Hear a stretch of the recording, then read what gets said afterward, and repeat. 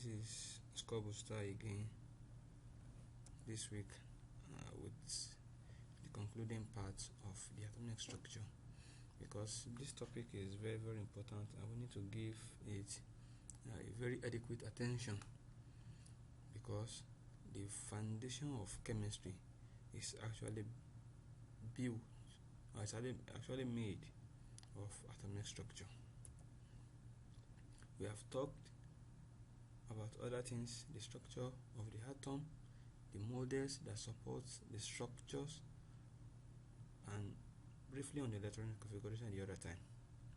Today we are going to the energy level diagram, because actually studying the energy level diagram will make us to understand the chemical reactions and bonding, to show where electrons are being used, and the prediction of bonding type, which I think they are the building blocks as far as chemistry is concerned. The learning objective at the end of this lecture, it is expected that students should have understood the description of the energy level of elements, particularly the first few elements, let's say the first few 20 elements or 30 as the case may be, if the atomic number is known, because that is the most important thing in writing the electronic configuration and the energy level of each of the cells in the element. Students should be able to draw energy level diagram and write the electronic configuration of the element, as I've said earlier on. If we know the atomic number of the element and the electronic charge of it, if it's carrying charge or not, so we can actually write the electronic configuration, because that would determine the number of electrons the element actually is carrying. Then students should have understood the concept of valence electrons. It is very important as far as chemical bonding is concerned, although chemical bonding is still a far topic, but we need to get some knowledge of it before we actually get there. The students should be able to describe the concept of isotopy, isotope, and give examples, ions and radicals. This is the energy level diagram. This is the nucleus. Let us show the half of the nucleus. This is the center nucleus. Then there are shells surrounding it, as we have proved the other time. So this is the 1s, the first shell that contains only one orbital, s orbital. This is the second shell that contains two orbitals, 2s and 2p. This is the third, 3s, 3p and 3d. This is the fourth. So this first one, as we have said the other time, has a principal quantum number of 1, and the principal quantum number determines the energy and the distance to the nucleus.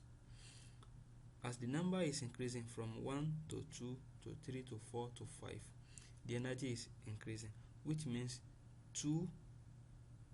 cell 2 has a higher energy than cell 1, cell 3 has a higher energy than cell 2, like that. And again, if we have degeneracy in a particular shell, when we have subshells, like we have P that has 3 subshells, the PX, the PY and the PZ. P has a higher energy than S. D has a higher energy than P. Although this is just a few of the shells, there are many subshells that we can have. We can have F, we can have G, like that. And if needs arise, the chemist can create another ones. But as far as our level is concerned, I think this is just what we need. So 1x is the closest to the nucleus, 2x and 2p they are the next, 3, then 4, like that. So 2p is having a higher energy than 2x, 3p is having a higher energy than 3p, 3d is having a higher energy than 3p. But it is surprising that 3d has a higher energy than 4s, because that is actually what is being obtainable in nature, although chemists, they are still proving it. It is beyond the scope of discourse. But what we need to understand now is that we have 1s, 2s and 2p, then like that.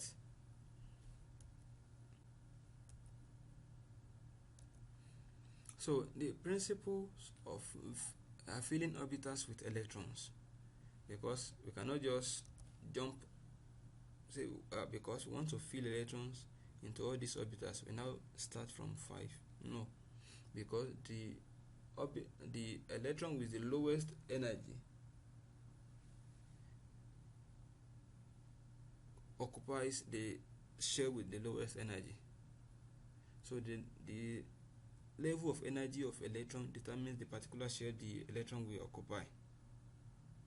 That is what we learn about what Niels Bohr talked the other time. So, and in doing that, we have some principles that guide the filling of orbitals with electrons. The first one is the Pauli exclusion principle. The second one, the Bohr principle, and the third one is the Ohm's rule. The three are equally important, and students need to know them often and apply them all the time, because it is very rare that the three of them will not be applied together. Majority of the times, the three of them will be applied at the same time to the same problem. The Pauli exclusion principle is that it is certain that we can't have two electrons behaving the same manner, even if every other properties like magnetic quantum number, principal quantum number, azimuthal quantum number, even if they are the same. What this principle is trying to tell us is that they cannot have the same spin. One should be spinning in the clockwise direction, the other one is anti-clockwise. That is the plus half and the minus half we talked about in video 3. The Bohr principle is that the electrons fill the lowest energy shell before going to the orbitals of higher energies. That is reasonable enough, because the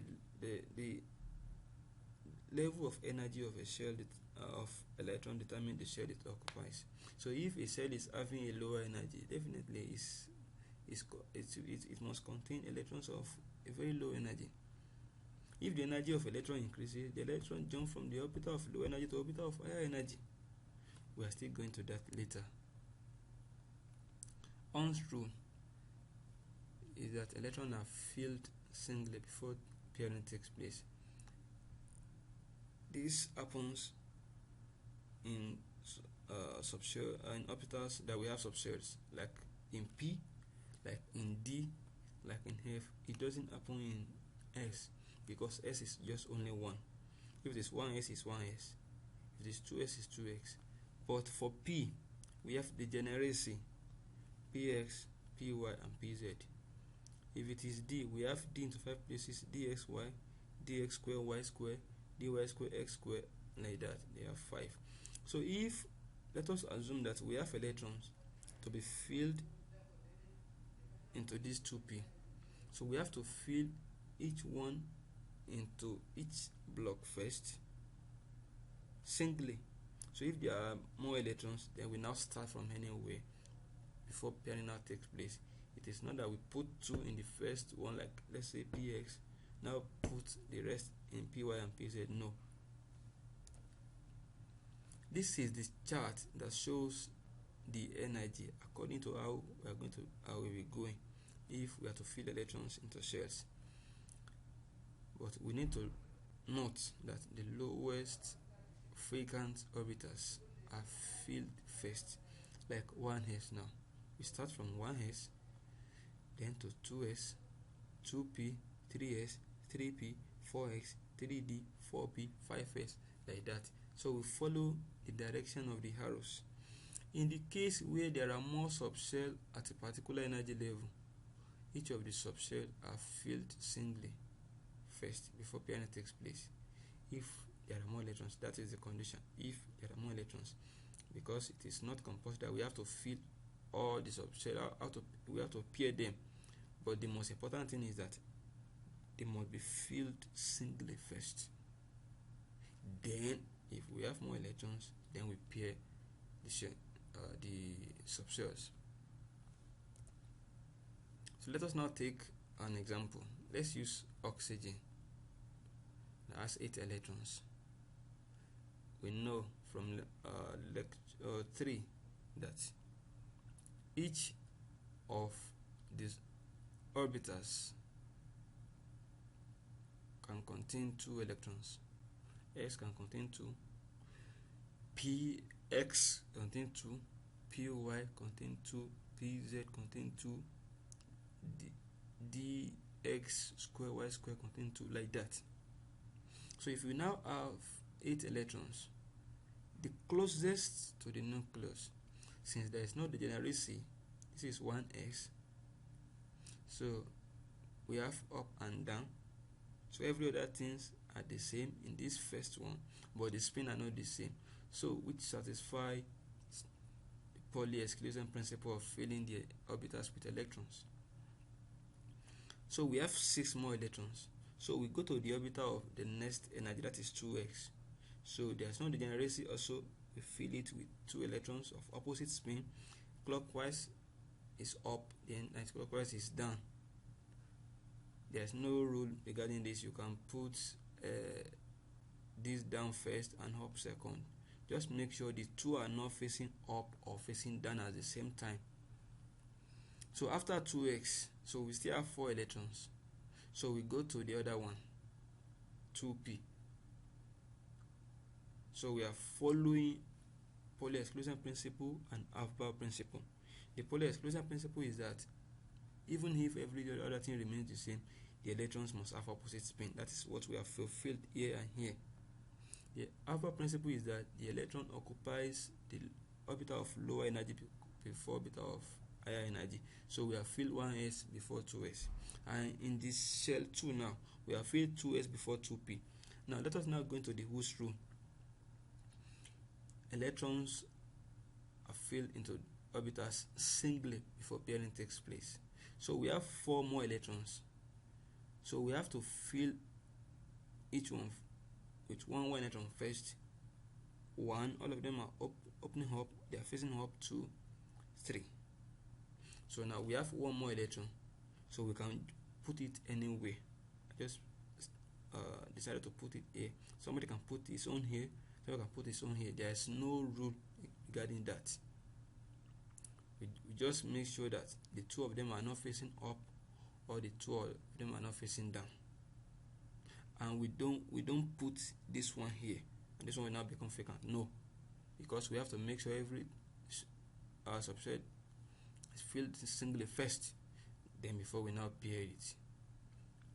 So by so doing, we have followed the 3 principles that must be followed if the correct electronic configuration for any element is to be written.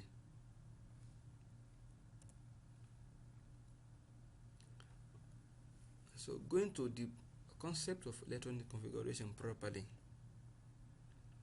Electronic configuration is an alternative and a better way of representing the energy level diagram of an element, because as we have seen, this one is too cumbersome. So we need to get a more scientific and a brief way of representing the same information that we have put here. That is what we want to do with electronic configuration. It is an elegant way of representing the structure of electrons in an element, as I've said. Let us now do the examples. For oxygen that we have done here, let us now repeat it here. We should not forget that we have to start with 1s. This is 1s. S contains 2, as it's containing 2 here. Then we go to 2s, as we have here. 2s contains 2 also. 2s contains 2 also. Then after 2s we have 2p. So that's what we have done here. 4 electrons. So 4 electrons. So we write all the 4 together because we don't need to split them into px, py, and pz here. We can just put it as p4. And again, p can contain a maximum of 6 electrons because of the generation into 3. Each of them can contain 2. So we can put 4 here. And then being there are more, after filling this 1s and 2x, there are more than 6 electrons. So we go to another energy level, not 2p again. So let us now do this with chlorine. Chlorine has 17 electrons. 1x as usual, 2 electrons, 2x usual 2 electrons. So after filling 4, we still have 13 more electrons. So we can just put 6 here because p can contain 6. After 2p now, so we can go to 3x. We should not forget that x contains 2. It is immaterial whether it is 1x or 2x or 6s. S must contain 2, at most 2. It can contain 1 if you are writing only 1 electron, but it cannot contain more than 2. So we put 2 here. So remaining 5. So the 5 that remains now. So after 3p, after 3x, so we go to 3p. So we just put the whole 5 here because it's not up to 6. So the same thing with iron. 1s2, 2x2, 2p6, 3s2, 3p6, 4x2. So after this we have 20 electrons. And iron is 26, so the other 6 can be put here, 3d, because 3d after 4x. We should note that the sum of the superscript numbers equals the number of electrons. If we count all the superscript, 4, 2, and 2, so making 8. If we add them together, making 8, it's equal to the number of electrons in oxygen, neutral oxygen, 8. 17 is chlorine, 26 is iron. So we now go to the concept of valence electrons. What is valence electron? These are electrons in the outermost energy levels in an atom. The outermost energy level in an atom. Energy level is also called shell. So when we have the remaining shell in an atom, it is only in, I think, in hydrogen and helium that we have only one shell. So other elements, we have more than one shell. So definitely one must be more outer than the other. So in such a case, so we can have valence electrons. And in hydrogen and helium that we have said that contain only one energy level, so that energy level is the outermost energy level. So if we take oxygen as an example now, 1s2, 2s2, 2p, 4. We should not be confused because this 2p is the last thing we are writing here. No, this 2 means they belong to the same shell, to the same energy level. It is because of the difference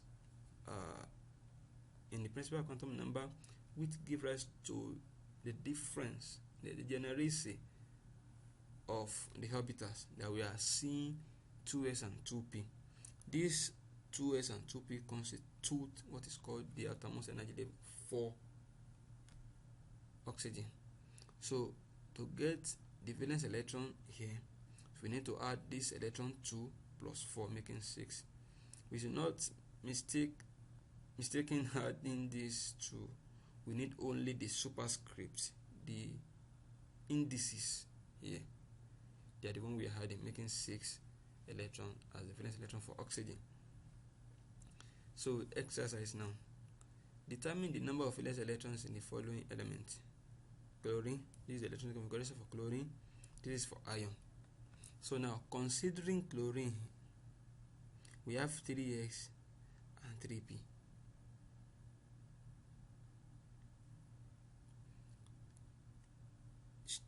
The third shell is the outermost shell, that's the outermost energy.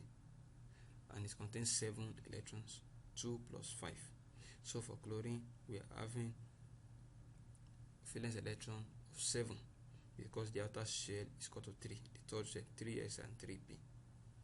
For iron here, this is 3d. We should not just go to 4 because 4 is greater than 3. No, the outer shell is 3d. So the outermost shell is 3, which has 6 electrons. Although we later in the course, by the grace of God, we study the group to which our ion belongs to. Not only ions in this group, we call them transition metals. Not only ions, we have some other elements that are in this group. So we are going to the concept of isotope now. What is isotope? What is isotopy? Isotope just means very neutrons, but scientifically and properly said, let's determine isotopy first. There is a phenomenon that is responsible for this. So isotopy is the phenomenon whereby atoms of the same element have the same atomic number but different mass number. We should not forget that the mass number is the total mass in the nucleus, which is the addition of the proton and the neutron. And for a neutral element, the proton and electrons are equal, which means if we have two elements, the same element in two forms that have the same proton number but the mass number are different, it means that the neutron content is different. So that phenomenon that is responsible for disparity in the number of neutrons is what is called isotopy. So the isotopes are just the atoms that have that isotopy phenomenon. So those atoms of the same element, they must be the same element with different number of neutrons. That's a different mass number. Let us now take hydrogen as an example now. There are many elements like that. We have argon, we have carbon, we have carbon 3, we have hydrogen 3 also, argon 2, like that, etc. This is hydrogen. The same hydrogen is presented itself in another form, then another form again. This one has no neutron because the mass number is 1, the atomic number is 1. If you subtract 1 from 1, you get the number of neutrons as we have done in video 2. So we're going to get 0. This one has no neutron. This one is having 1 neutron now. 2 minus 1. This one is having 2 neutrons. So we can see that in these 3 forms, we have very number of neutrons from 0 up to 2. And it's the same hydrogen because of the atomic number 1. There's no any other element that is having atomic number 1. So it is only hydrogen, which means that they are isotopes of each other. Exercise. Student has to list the 4 other elements which exhibit isotopy apart from the 2 above. And we should note that for correct calculation of atomic mass of an element, weighted average is used. These are the atomic masses of hydrogen. This is 1, 2, and 3. But in actual sense, they are not whole number. They are something like decimal. There are decimal points after these whole numbers. This is because of the weighted average. What is weighted average? The average that is calculated after considering the relative abundance of each of these constituents in nature, because they are not the same in nature. Some is very rare, some is maybe this one is very rare, maybe this one is the most commonest one among the 3. So to now calculate the relative atomic mass of hydrogen, because we can't be using 3 for our calculation, so we need to generalize on 1. And if we take 1, it is like we are disregarding the other 2. So we have to take into consideration the amount of each of them. It is like it's a civil engineer finding the mass of aggregate, sand plus water plus stones, other rocks. We can take the mass of the water as the mass of the composite, or the mass of the sand alone as the mass of the composite, or the mass of the rocks, the stones alone as the mass of the composite. We have to consider the contribution of each of them, which one is more, which one is least. So that will now give us the greatest insight into how heavy the substance will be. It makes the atomic masses of most elements not to be whole numbers, like we have hydrogen 1.0079 atomic mass unit. Don't forget atomic mass unit, we have explained it in lecture 3 before. 1.009 means this is 1, this is 2, this is 3, and we can see 1.0079, it's closer to 1. It means this one is relatively more, far more abundant than the other ones. Examples. This is question 10, 1987. An element X, an hypothetical element Z, contain 90% 16.8, 10% 18.8. Then we have to find the relative atomic mass. We should not forget what we said about the weighted average, that we have to consider the relative abundance of each of them. This is how to do it. This is the 90% of this. We multiply them together. The 10% of this, we multiply them together, and we add them together, then we divide it by 100 because it is percentage. Or you can say 0.9, 90% multiply 0.9 by 16, or and plus 0.1 by 18. So anyone, it is mathematics, anyone, we are going to arrive at the same answer. And by doing that, we have 16.2, option B. And we can see it is not whole number. Definitely A and C cannot be the answer because of this 0.0. So that is how to eliminate wrong answers. A metallic ion, this hypothetical ion with 2 plus, with an inert gas structure, contains 18 electrons. How many protons are there in this ion? Question 9, 1988. The question says, this ion, a X2 plus, this is a dimetallic element, is having an inert gas structure. What is inert gas structure? It means the shell is complete. Contains 18 electrons. Because 18 electrons is an inert gas structure. Inert gas actually contain 18. One of them contain 18 electrons, like 2, like 8, like 18, like that. How many protons are there? This one, as it is now, is having 18 electrons. So had it been there is no plus, what would be the number of protons? So and there is plus now. If there is no plus now, so we'll have add 18 protons also, because when we have the balance 0 on top, we have 18 electrons, 18 protons. But now that we are having plus and 18 is a negative, there's one other number, a positive number greater than 18, such that if you remove 18 from it, you are going to get 2. What is that number? It is 18 plus 2, that is 20. Option A. Proton is unaffected by the loss or gain electrons. Loss or gain of electron. Even if it loses 1 million electrons, proton is unaffected. Another example is this. How many valence electrons are contained in the element represented by this?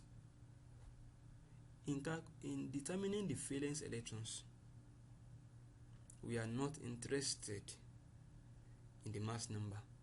It is only in the atomic number here, and since it is neutral, so the number of electrons and the number of protons are equal. So now 15. So we write the electronic configuration now: 1s2, 2s2, 2p6, 3s2, and 3p3. So the outer shell is 3, shell 3, that contains 2 plus 3 electrons, making 5. So option B is the answer to this problem. Had it been is 16 now, we can just put 3p4 here and we add 2 plus 4 making 6. So if it's more than that, so we continue writing the element. If it's less than that, we truncate it to where the electron is. We don't need to create electrons by ourselves. We don't need to change the electrons. We only need to write it according to the 3 principles that we have highlighted before. Ions. What are ions? The ions are just elements that are carrying charges. If it is positive charge, we have cation. If it is negative charge, we have anions. So when we now have 2 elements that are having the same electronic structure, but they are different elements, both are called isoelectronic. Like we have chlorine minus and argon. When chlorine gain electron, it has 18 electrons. So argon ordinarily it is having 18 electrons. So since chlorine and argon, chloride ion and argon element, they are carrying this. They are having the same number of electrons, but they are different elements. We call them isoelectronic. And again, it is not only elements that carry charge. A group of elements like this, like ammonium, like nitrate, like phosphate, like solvate, etc. It can carry charges, and they are called radicals. Single elements are called ions. These ones are called radicals. When we have group of elements carrying a single charge and behaving as a single unit like this. Charges are brought about as a result of transfer of electrons. It is either gaining an electron or losing of electron. If it is gaining electron, we have anions, negative. If it is losing electron, we have cations, positive. In summary, energy level diagrams are used to describe the electronic structure of the element. The electronic configuration is a less bulky way of writing the electronic structure of atoms instead of energy level. The Pauli exclusion principle, Avro principle, and Untitled are the rules of writing the electronic structure of elements. 1s followed by 2s followed by 2p up to 3d etc. is a sequence for writing the electronic configuration of the element based on the rules above. Valence electron is the total number of electrons in the outermost shell of the atom. Isotopes are atoms of the same element having the same atomic number but different mass number. Ions are atoms that carry charge. Group of elements that carry charge are called radical. It is my hope that following what we have discussed, these exercises should come like a bonus to every one of us.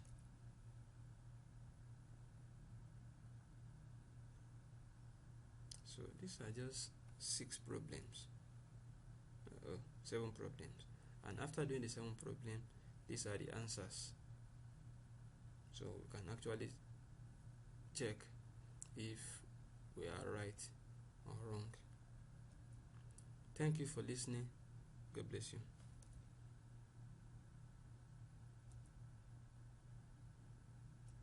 And don't forget to like and share this video.